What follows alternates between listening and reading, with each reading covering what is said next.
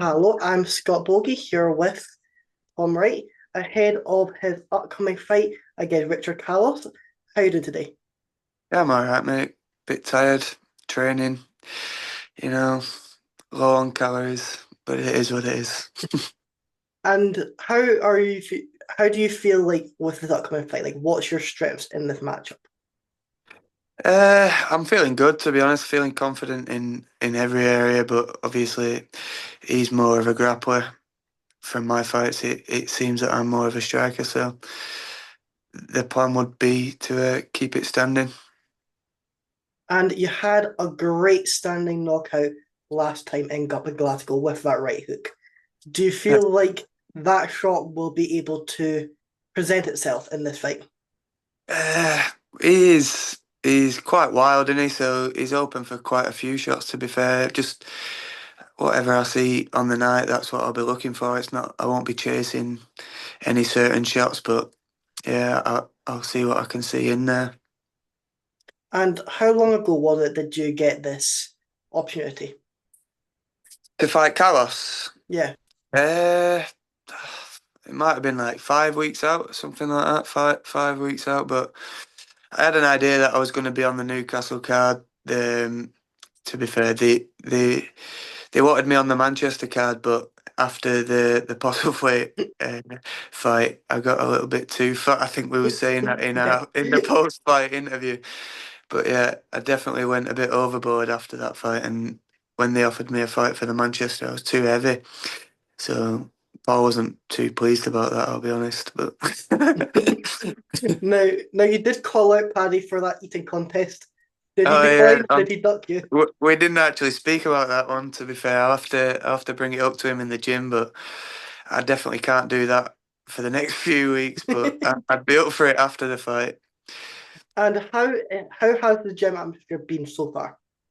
Oh, it's always amazing at Next Gen. To be fair, there's always like Yeah. people preparing for fights. There's professionals all over the place. So the atmosphere is unreal, and obviously the coaching staff are unbelievable as well. So I'm just And buzzing to be a part of the gym down there. It's mint. and you've got quite a few of your fighters on this card as well. You're Hmm. on here. You have got Jake, who's got his fight announced, and Yeah, the opponent's not announced yet, but George Staines, he was announced to yeah, be on here. yeah, So yeah. does it feel good to have teammates on the card as well? Yeah, it's meant to be fair, especially with like George is a little bit big. I don't really train with George too much. Obviously, there's professionals at all weights, so we kind of stick with each other size wise. But Jake's been like kind of my main training partner for this fight, especially with him like being a good grappler and stuff. Yeah. So it's just yeah, it's meant obviously training together, both trying to get like the weight down at the same time and just yeah. It's always good to be in a camp with people at the same And time. I guess it will help being able to do the weight cut together as well. Or are you guys going to Uh, be doing that separately? uh, oh, yeah, well, we'll be down there, won't we? But I think one of my other coaches, like I teach at his gym, Sam, he'll be helping me with my weight cut, and I'm not sure he'll help Jake and stuff because we'll have our own hotel Yeah. rooms and stuff. I feel like mine might be a bit more of difficult than Jake's, to be fair. And then obviously you are fighting this in the bantamweight division that has Mhm. had its twists and turns over the last couple of months, from the Yeah. Alexandro thing to a lot of good fighters being on That this. was Like, that was ridiculous, wasn't I it? was gonna bring up what did you make of that situation? Yeah, to be honest, obviously Gittins is my teammate and a good Yeah, friend, so I just thought he didn't want to fight really. Like the coach ain't fighting for him, is he? Like why? Like Cage Warriors had every right to pull him from the show for what he like. Why is he kicking Gittins at the weigh-ins? That is ridiculous. So yeah, I think Giordano just shit his pants. Mind my French, but yeah, he knew what he was in for. He knew what was happening in the last fight, and that's why he quit in the cage. But yeah, that's my two pence in that one. and if a situation, I know you guys in the next gen are professional and you guys wouldn't do that, but if your coach was thrown out, would you still walk into that cage? Because at the Yeah, end of the day, your coach isn't there fighting for you. It is you at the end of the day. yeah, of course. It was for a world title. Yeah, Like you're not getting that opportunity again if you don't take the fight. Do you know what I mean? So yeah, of course I'd have fought, and it was only one of his coaches like yeah. that he couldn't have on there. Like what are you on about? I actually was supposed to fight against that team in Manchester like a year ago, and and my opponent pulled out like 10 days before. So yeah, You're not te- had a so great. so you're telling me it's a theme? I don't know. Like, yes, I don't know. My opponent, he was called Orion Lombardi or something. He pulled out on Yeah. me 10 days before. He was from that gym as well, but I don't know. I'm not saying too much. And But then Liverpool Next Gen has had a great bit of news recently. You've got yeah, Shamrock getting into that UFC where he deserves. You've got yeah, Lee getting through to the UFC now, finally. buzzing.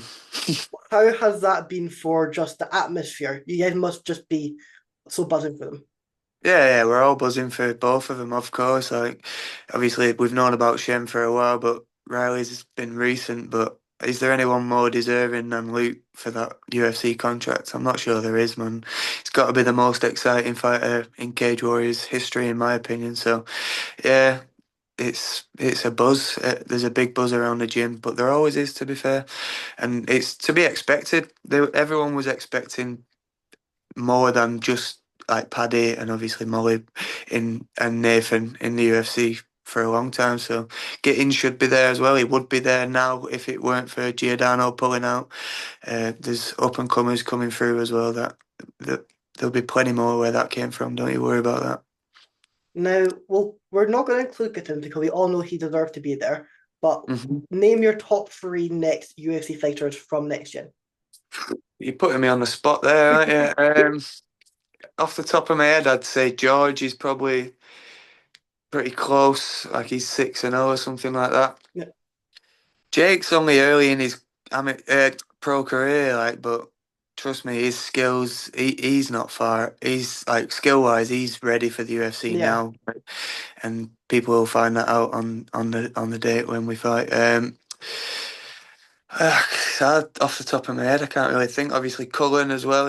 If he bounces back a few more, few fights, he's not far. There's loads, man. Yeah, Exactly. And yeah. what is next for you for Cage Warriors? Because I know from what they are saying, it sounds like they're wanting to go back to Manchester for a two-night event. Are you going to try and keep the weight down to go back there? Yeah. Yeah, I'm gonna definitely this time. I can't be doing what I did last time. Yeah, I went too overboard and ate way too much. I'm not doing it again, but I do always say that, but I mean it this time. I know that there is a Manchester, well, I know that there is a card coming up at some point towards the end of the year, which I'll be aiming for, obviously, coming off the back of a good win against Kallos, which it'll look good as well. He's off the back of 2 wins, so yeah, I'll be looking to push on in the bantamweight division after this one as well. And if you're watching this, Alexandro, we're wanting you in Manchester. Tom Wright versus Alexandro. Let's do this. Giordano, he's not fighting on Cage Warriors again. Let's have that straight in it. Come on now. I mean, I think they'll allow it with three next gen versus one guy. I think Cage Warriors will allow that. Yeah, I don't think he's. I don't. Yeah, I don't think he's coming back. They don't want him back on.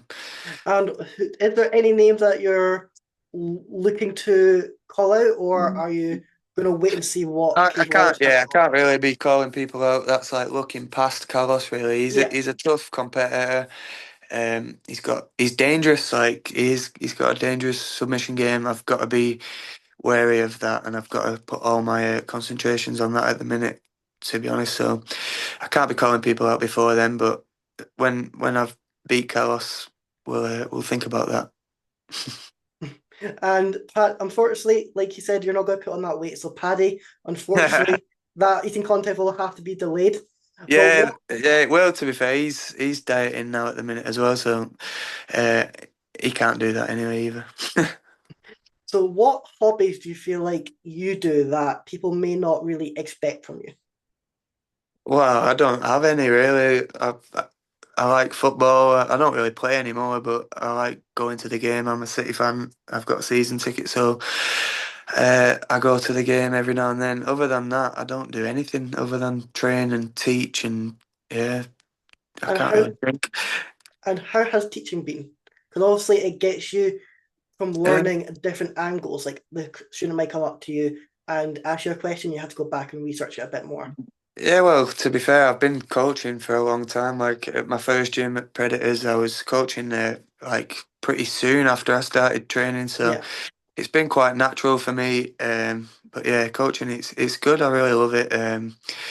I'm more passionate about coaching like up and coming fighters, I would say, than I am about like hobbyists. But I still love coaching hobbyists that really want to get better. Do you know what I mean? Sometimes if they're just there to hang about or whatever, it's like it is what it is. But people that are passionate about the sport, I get a buzz from coaching them as well. So yeah, it definitely helps you learn more about your own game as well, like you were saying.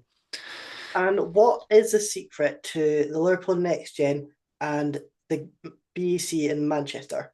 Because you guys love it. I think it was last time out in the no, I think it was in the one in March. All you guys got wins apart from like one or two of your guys, and you Yeah. have got a lot of big support right from the start, right from the first fight. You guys were packed in there.